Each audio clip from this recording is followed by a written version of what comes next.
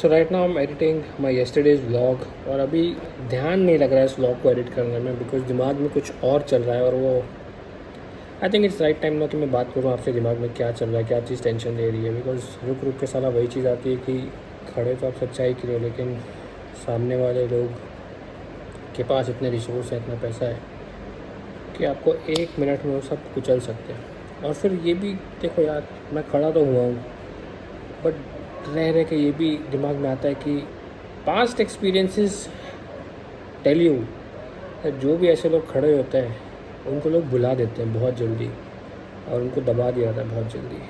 तो लग रहा है कि ऐसा ना हो कि यार हाँ हाँ लेके खड़े हो गए और आखिरी में वही हुआ कि लोगों ने कहा कि बेवकूफ़ था ये। लेकिन फिर अगले मोमेंट लगता है सारा जब सही है, जब पता है, फिर काहे का डरे बे?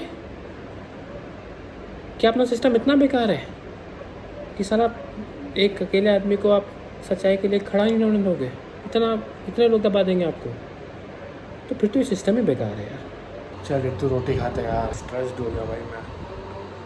अगर मैं अकेला होता ना इस टाइम पे तो मैं पता नहीं क्या कर लेता। जो भी अभी जैसे न्यूज़पेपर में प्रिंट हो रहा है तो कंपनी स्पोक्स पर्सन ने ये बोला कि कुछ और इशू था मेरा, क्योंकि मुझे पता था कि ये जो मैंने 3 सेफ्टी इश्यूज़ उठाए हैं इनका जवाब है ही नहीं इनके पास, क्योंकि 6 मई को पहली ईमेल गई थी, अभी तक कोई जवाब नहीं है। सो एयरलाइन उसके बारे में बात नहीं करी, ना करना चाहिए। ये मेरे किसी और इशू को इशू बनाएंगे।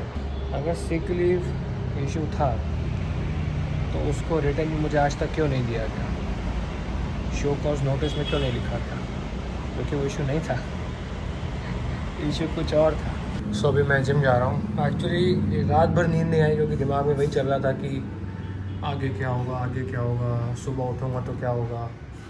दिन में सोया तो वो दिमाग में वही सब घूम रहा था, तो नींद ही कंप्लीट नहीं हो पाई। और अभी बस है कि एक प्री वर्कआउट लेना पड़ा, और कितने ज़मानों बाद में प्री वर्कआउट लेना, लाइक जब से लॉकडाउन के पहले लिया था एक बार कभी, और उसके बाद। बट ज़रूरी है क्योंकि थकान बहुत है, दिमाग में बहुत चीज़ें हैं, तो प्री वर्कआउट लेके अब बस ब्लास्ट करेंगे। This is the only thing जो मुझे थोड़ा सा अभी अच्छा लगता है करने में।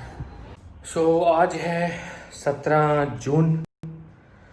काफ़ी टाइम हो गया लिखित में जब इशू दिया था, कोई इंक्वायरी नहीं हुई।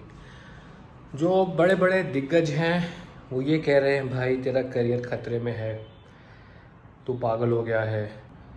बट सरप्राइजिंगली कोई भी दिग्गज फ्लाइट सेफ्टी के लिए खड़ा नहीं हो रहा। जो मैंने 3 इशू उठाए हैं उसमें से एक का भी जवाब किसी के पास नहीं है। और कैसे होगा? जो भी मैंने इश्यूज उठाए हैं उनका जवाब ही नहीं है, क्योंकि अगर उनका जवाब होता तो उनका जवाब मुझे फरवरी और उसके पहले ही आ जाता, क्योंकि मैंने वो इश्यूज तब उठाए थे और सब कुछ लिखित में दिया था। इतनी बड़ी कंपनी, इतनी जायंट कंपनी, आपको लगता है जब उनकी ब्रांड इमेज पे इतने सवाल उठते हैं तो वो चुप रहेंगे? वो चुप इसलिए क्योंकि उनके पास जवाब नहीं है। They are on a very loose ground on flight safety, on a very loose ground. वो सिर्फ एक चीज़ कर सकते हैं, हम लोगों को जो मैंने मुद्दे उठाए हैं उनसे हटकर किसी और मुद्दे पे वो बात करना चाहेंगे।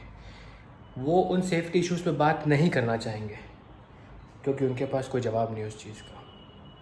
वो उससे उठकर हर एक दूसरी चीज़ में उलझना चाहेंगे, उलझाना चाहेंगे, लोगों का ध्यान डाइवर्ट करना चाहेंगे।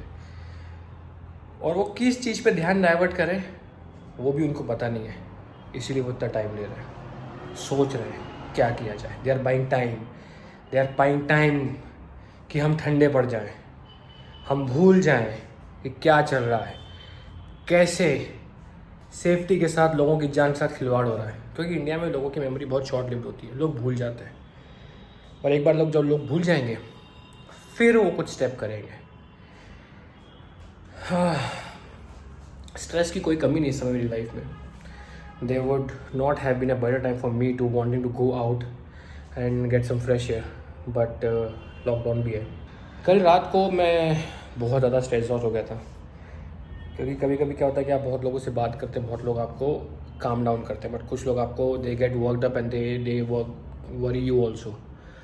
So मैंने ये जाना कि भाई उन लोगों से बात नहीं करनी जो उसको बहुत जो खूब टेंशन लेते हैं, उन लोगों से बात नहीं करनी क्योंकि वो मुझे टेंशन दे देते हैं. I need to stay calm and relaxed now. And the main thing why I'm holding up is I know I'm right.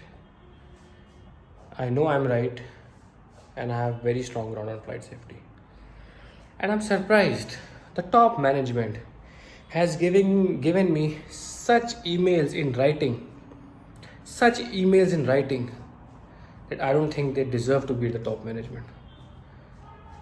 If you're watching this video, you know who I'm talking about. उन्होंने अपनी personal grudge निकालनी चाहिए मुझसे. Books में कुछ और SOP लिखी है, उन्होंने मुझे ईमेल पे कुछ और लिख के दिया कि अच्छा हम बताते हैं तुम्हें, एक नॉर्मल पायलट हो, हमें सेफ्टी सिखाओगे, हम तुम्हें बताते हैं क्या होता है. They have signed on something and sent me that they can't undo, and I will take that to court, and I will not leave you. Today is 17th of June. In the morning at 11 a.m. I was supposed to do an inquiry by AirAsia India. On 16th we sent them a notice that whatever charges you have leveled against us, you have to give us a charge sheet. It's like कि अगर आप exam ले रहे हो किसी का तो आपको सिलेबस बताना ज़रूरी है. You cannot call someone, issue a notice today and call someone tomorrow कि हाँ भाई come tomorrow, we'll take your exam. So the company is not following the law. We are asking them to please follow the law. The officers who were supposed to take my inquiry are those officers जिनके against हमने charges लगाए हैं. There has to be an independent inquiry. They cannot be someone जिनके ऊपर charges लगे हुए हैं. Those guys should be actually suspended, as I am suspended, जब तक इंक्वायरी पूरी नहीं हो जाती. Because they are in office, they have powers, they will misuse their powers, they will forge their records, they will go back in systems and they will delete their records, their rosters, all whatever. They will hide their safety findings, they will hide their safety audits. तो अब उस level का game शुरू हो चुका है. अगर आप पूछोगे स्ट्रेस होता होगा, जी हाँ स्ट्रेस होता है, किसको नहीं होगा. बट हिम्मत इसी बात से आती है, दो चीज़ें. नंबर 1, क्या आप सही हैं. नंबर 2, क्या आपको किसी चीज़ का डर है या आपने पास्ट में कुछ गलत किया है. कुछ नहीं है तो कोई डर नहीं है. So we are requesting everyone to please avoid by the law, कि हम लोग भी लॉ अवॉइड कर रहे हैं. Please abide by the law and please acknowledge the notices that we are sending you. Whatever notice company is sending me, I am contactable on phone, on email. The last notice they sent me, I acknowledged it within 1 hour or 2 hours, but within those time frame. But we are sending notices to company, they are not acknowledging. I am sending them on WhatsApp to the head of HR. They are not acknowledging. They are online on WhatsApp. They are not acknowledging. They're saying, they're trying to show they're not getting the notice. We are following all the legal procedures, but still हमें घुमाया जा रहा है. It is simple. I have raised the complaint. Be man enough. Investigate. Suspend the officers who I have raised the complaint against. Investigate. I have no problem. If I am found guilty, hang me. I am saying it on social media publicly. If I am found guilty, hang me. But if those guys are found guilty, what will you do?